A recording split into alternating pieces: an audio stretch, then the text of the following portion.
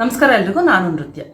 ಜೀವನದಲ್ಲಿ ನಾವು 10 to 1 1ರಿಂದ 10 ಈ ರೂಲ್ಸ್ನ ನಾವು ನಮ್ಮ ಜೀವನದಲ್ಲಿ ಅಳವಡಿಸ್ಕೊಳ್ಳೋದ್ರಿಂದ ನಮ್ಮ ಆರೋಗ್ಯನೂ ತುಂಬ ಚೆನ್ನಾಗಿರುತ್ತೆ. ಆರೋಗ್ಯ ಅದರ ಜೊತೆಗೆ ಮೆಂಟಲಿ ನಾವು ತುಂಬ ಆರಾಮಾಗಿರ್ತೀವಿ, ಕಾಮಾಗಿರ್ತೀವಿ, ತುಂಬ ಒಳ್ಳೆಯದು. 10ರಿಂದ 1 ಯಾವ್ಯಾವುದು ಅಂತ ಹೇಳ್ತೀನಿ. ಇದನ್ನು ನೀವು ನಿಮ್ಮ ಜೀವನದಲ್ಲಿ ಅಳವಡಿಸ್ಕೊಳ್ಳೋದ್ರಿಂದ ನಾನು ಹೇಳೋದ್ನಲ್ಲ, ಆರೋಗ್ಯಕ್ಕೂ ಒಳ್ಳೆಯದು, ಮೆಂಟಲ್ ಪೀಸ್ ಇರುತ್ತೆ, ಆರಾಮಾಗಿರ್ತೀರ. ಯಾವುದು ಗೊತ್ತಾ?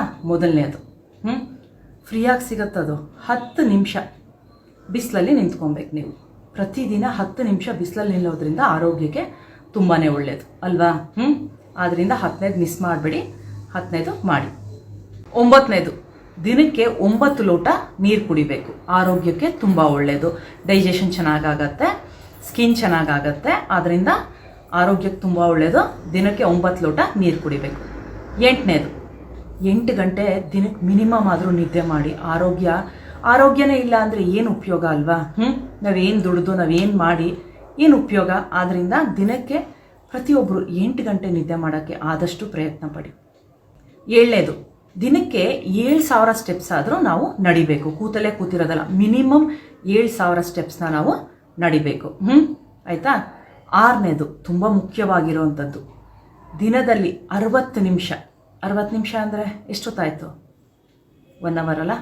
24 ಗಂಟೆಯಲ್ಲಿ 60 ನಿಮಿಷ ನೀವು ನಿಮ್ಮ ಫ್ಯಾಮಿಲಿ ಜೊತೆ ಟೈಮ್ ಸ್ಪೆಂಡ್ ಮಾಡಿ. ಯಾವುದೇ ಥರ ಫೋನು, ಟಿ ವಿ ಏನೂ ಇಲ್ಲದೆ, ಯಾವುದೇ ಥರ ಗ್ಯಾಜೆಟ್ಸ್ ಇಲ್ಲದೇ 60 ನಿಮಿಷ ನಿಮ್ಮ ಫ್ಯಾಮಿಲಿ ಜೊತೆ ನೀವು ಟೈಮ್ ಸ್ಪೆಂಡ್ ಮಾಡೋದ್ರಿಂದ ತುಂಬಾ ಆರೋಗ್ಯಕ್ಕೂ ಒಳ್ಳೆಯದು, ಮೆಂಟಲ್ ಪೀಸ್ ಸಿಗುತ್ತೆ, ಆ ಬಾಂಡಿಂಗ್ ಇರುತ್ತೆ ತಂದೆ ತಾಯಿ ಜೊತೆ ಆಗಲಿ, ಮಕ್ಕಳು, ಗಂಡ ಹೆಂಡತಿ. ಒಟ್ಟಿನಲ್ಲಿ 60 ನಿಮಿಷ ದುಡಿಯೋದು ಯಾರಿಗೋಸ್ಕರ?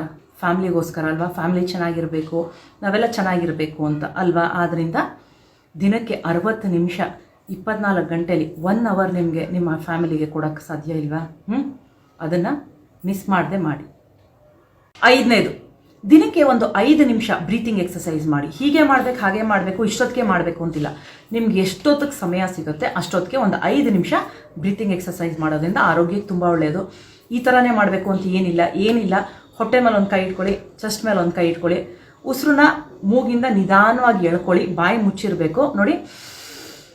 ಹಿಂಗೆ ಎಳ್ಕೊಂಡಾಗ ಹೊಟ್ಟೆ ಮೇಲ್ಗಡೆ ಬರಬೇಕು, ಉಸಿರನ್ನ ಮೇಲ್ಗಡೆ ಎಳ್ಕೊಂಡಾಗ ಹೊಟ್ಟೆ ಮೇಲೆ ಬರಬೇಕು, ಉಸಿರನ್ನ ಮೂಗಿಂದ ಆಚೆ ಬಿಡಬೇಕಾದ್ರೆ ಹೊಟ್ಟೆ ಒಳಗಡೆ ಹೋಗಬೇಕು. ಈ ಥರ ಒಂದು 5 ನಿಮಿಷ ಮಾಡೋದ್ರಿಂದ ತುಂಬಾ ಆರೋಗ್ಯಕ್ಕೆ ಒಳ್ಳೆಯದು. ಇದನ್ನು ಟ್ರೈ ಮಾಡಿ.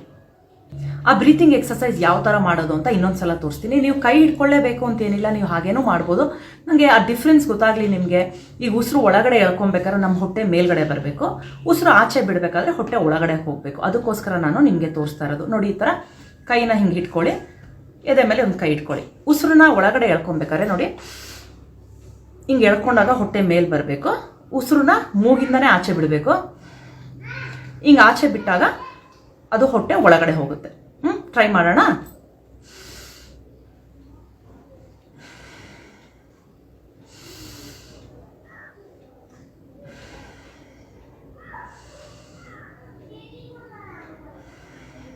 ಈ ಥರ 5 ನಿಮಿಷ ಮಾಡೋದ್ರಿಂದ ಆರೋಗ್ಯಕ್ಕೆ ತುಂಬಾ ಒಳ್ಳೆಯದು. ಟ್ರೈ ಮಾಡಿ. 4ನೇದು ತುಂಬ ಮುಖ್ಯವಾಗಿರೋದು, ನನಗಂತೂ ತುಂಬ ಇಷ್ಟ.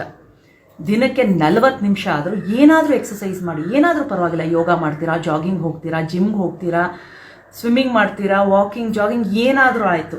ದಿನಕ್ಕೆ 40 ನಿಮಿಷ ಏನಾದರೂ ಒಂದು ವ್ಯಾಯಾಮ ಮಾಡಬೇಕು. ಆರೋಗ್ಯಕ್ಕೆ ತುಂಬಾ ಒಳ್ಳೆಯದು ಅಲ್ವಾ? ಇದನ್ನು ಮಿಸ್ ಮಾಡದೆ ಮಾಡಿ. ನಾನಂತೂ ಪ್ರತಿದಿನ 40ರಿಂದ 50 ನಿಮಿಷ ಏನಾದರೂ ಒಂದು ಎಕ್ಸಸೈಸ್ ಮಾಡೇ ಮಾಡ್ತೀನಿ. ನೀವು ಮಾಡ್ತೀರಲ್ಲ? ಮಾಡಿಲ್ಲ ಅಂದರೆ ದಯವಿಟ್ಟು ಸ್ಟಾರ್ಟ್ ಮಾಡ್ಕೊಳ್ಳಿ ಇವತ್ತಿಂದಲೇ, ಆಯಿತಾ? 3ನೇದು ತುಂಬ ಮುಖ್ಯವಾಗಿರೋಂಥದ್ದು, ದಿನಕ್ಕೆ 3 ಹೊತ್ತು ಊಟ ಮಾಡಬೇಕು. ತುಂಬ ಜನನ ಕೇಳಿದ್ದೀನಿ, ದಿನಕ್ಕೆ 1 ಹೊತ್ತು ತಿನ್ನೋದು ನಾವು, 2 ಹೊತ್ತು ತಿನ್ನೋದು ಅಂತ. ನಿಜವಾಗ್ಲೂ ಆರೋಗ್ಯಕ್ಕೆ ತುಂಬಾ ಕೆಟ್ಟದು. ಆರೋಗ್ಯಕರವಾಗಿರೋಂತಹ ತರಕಾರಿ, ಹಣ್ಣು, ನಾನ್ ವೆಜ್ ತಿನ್ನೋರು ನಾನ್ ವೆಜ್ಜು, ಈ ಥರ ಒಳ್ಳೆ ಪ್ರೋಟೀನ್ ಇರೋಂಥ ಆಹಾರ ತಿನ್ನೋದ್ರಿಂದ ಆರೋಗ್ಯಕ್ಕೆ ತುಂಬಾ ಒಳ್ಳೆಯದು. ಆಮೇಲೆ ತುಂಬ ಜನ ಈಗ ಹೊಸ ಟ್ರೆಂಡ್ ಬೇರೆ ಶುರುವಾಗಿದೆ.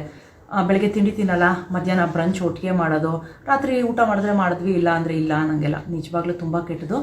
ದಿನಕ್ಕೆ 3 ಹೊತ್ತು ಆರೋಗ್ಯಕರವಾಗಿರೋಂಥ ಆಹಾರ ತಿನ್ನಿ, ಮನೆ ಅಡುಗೆ ತಿನ್ನಿ. ಹೇಗೆ ತಿನ್ನಬೇಕು ಅಂದರೆ ಬದುಕೋಕ್ಕೋಸ್ಕರ ತಿನ್ನಬೇಕು. ಅದು ಬಿಟ್ಬಿಟ್ಟು ತಿನ್ನೋಕ್ಕೋಸ್ಕರನೇ ಬದುಕಿದ್ದೀವಿ ಅಂದ್ಬಿಟ್ಟು ಆ ಥರ ತಿನ್ನೋದಲ್ಲ. ಆಮೇಲೆ ಮುಖ್ಯವಾಗಿ ಹಾಳು ಮುಳು ತಿನ್ನೋದನ್ನು ಸ್ವಲ್ಪ ಕಮ್ಮಿ ಮಾಡಿ, ಆರೋಗ್ಯಕರವಾಗಿರೋಂಥ ಮನೆ ಅಡುಗೆನ ಊಟ ಮಾಡಿ. ಆರೋಗ್ಯಕ್ಕೆ ತುಂಬಾ ಒಳ್ಳೆಯದು. ಎರಡನೇದು, ನಿಮ್ಮ ಒತ್ತಡದ ಕೆಲಸದ ಮಧ್ಯ ದಿನದಲ್ಲಿ ಒಂದು 2 ನಿಮಿಷ 2 ಬ್ರೇಕ್ ತಗೊಳ್ಳೋದ್ರಿಂದ ಕೆಲಸನೂ ಚೆನ್ನಾಗಾಗತ್ತೆ, ಸ್ವಲ್ಪ ಮೈಂಡ್ ರಿಲ್ಯಾಕ್ಸ್ ಆಗುತ್ತೆ. ಆದ್ದರಿಂದ ಎಷ್ಟೇ ಒತ್ತಡ ಇರಲಿ, ಕೆಲಸ ಬೆಳಗ್ಗೆಯಿಂದ ಸಾಯಂಕಾಲದವರೆಗೂ ಕೆಲಸ ಮಾಡೋದು ಇದ್ದೇ ಇರುತ್ತಲ್ವ, ಅದ್ರ ಮಧ್ಯ ಒಂದು 2 ಬ್ರೇಕ್ ತಗೊಳ್ಳೋದ್ರಿಂದ ಕೆಲಸನೂ ಚೆನ್ನಾಗಾಗತ್ತೆ, ಮೈಂಡು ರಿಲ್ಯಾಕ್ಸ್ ಆಗುತ್ತೆ. ತುಂಬ ಮುಖ್ಯವಾಗಿರೋಂಥದ್ದು ಮೊದಲನೇದು, ದಿನಕ್ಕೆ 1 ನಿಮಿಷ ಆದರೂ ನೀವು ಆ ದೇವರನ್ನ ಧನ್ಯವಾದ ಹೇಳಬೇಕು. ನೀವು ದೇವ್ರನ್ನ ನಂಬಲ್ವಾ, ಪರವಾಗಿಲ್ಲ, ನಿಮ್ಮ ತಂದೆ ತಾಯಿಗಾದರೂ ಒಂದು ನೆನ್ಪು ಮಾಡಿಕೊಂಡು ಒಂದು ಧನ್ಯವಾದ ಹೇಳಿ. ಯಾಕೆಂದರೆ ನಾವು ಇಷ್ಟು ಮಟ್ಟಿಗೆ ನಮ್ಮ ಜೀವನದಲ್ಲಿ ಇದ್ದೀವಿ ಅಂದರೆ ಆ ದೇವರು ಮತ್ತು ನಮ್ಮ ತಂದೆ ತಾಯಿ ಆಶೀರ್ವಾದದಿಂದ ನಾವು ಈ ಮಟ್ಟಕ್ಕೆ ಇದ್ದೀವಿ ಅಲ್ವಾ. ಆದ್ದರಿಂದ ದಿನಕ್ಕೆ 1 ನಿಮಿಷ ಆದರೂ ಆ ದೇವರನ್ನ ಅಥವಾ ನಿಮ್ಮ ತಂದೆ ತಾಯಿನ ಒಂದು ಥ್ಯಾಂಕ್ ಯು ಹೇಳಿ. ನೋಡಿದ್ರಲ್ಲ, 10ರಿಂದ 1 ಈ ರೂಲ್ಸ್ನ ನೀವು ನಿಮ್ಮ ಜೀವನದಲ್ಲಿ ಅಳವಡಿಸ್ಕೊಳ್ಳೋದ್ರಿಂದ ತುಂಬಾ ಒಳ್ಳೆಯದು. ಆದ್ದರಿಂದ ಪ್ರತಿಯೊಬ್ಬರು ಈ 10ರಿಂದ 1 ರೂಲ್ಸ್ನ ನಿಮ್ಮ ಜೀವನದಲ್ಲಿ ಅಳವಡಿಸ್ಕೊಳ್ಳಿ. ಖುಷಿಯಾಗಿರಿ. All the best.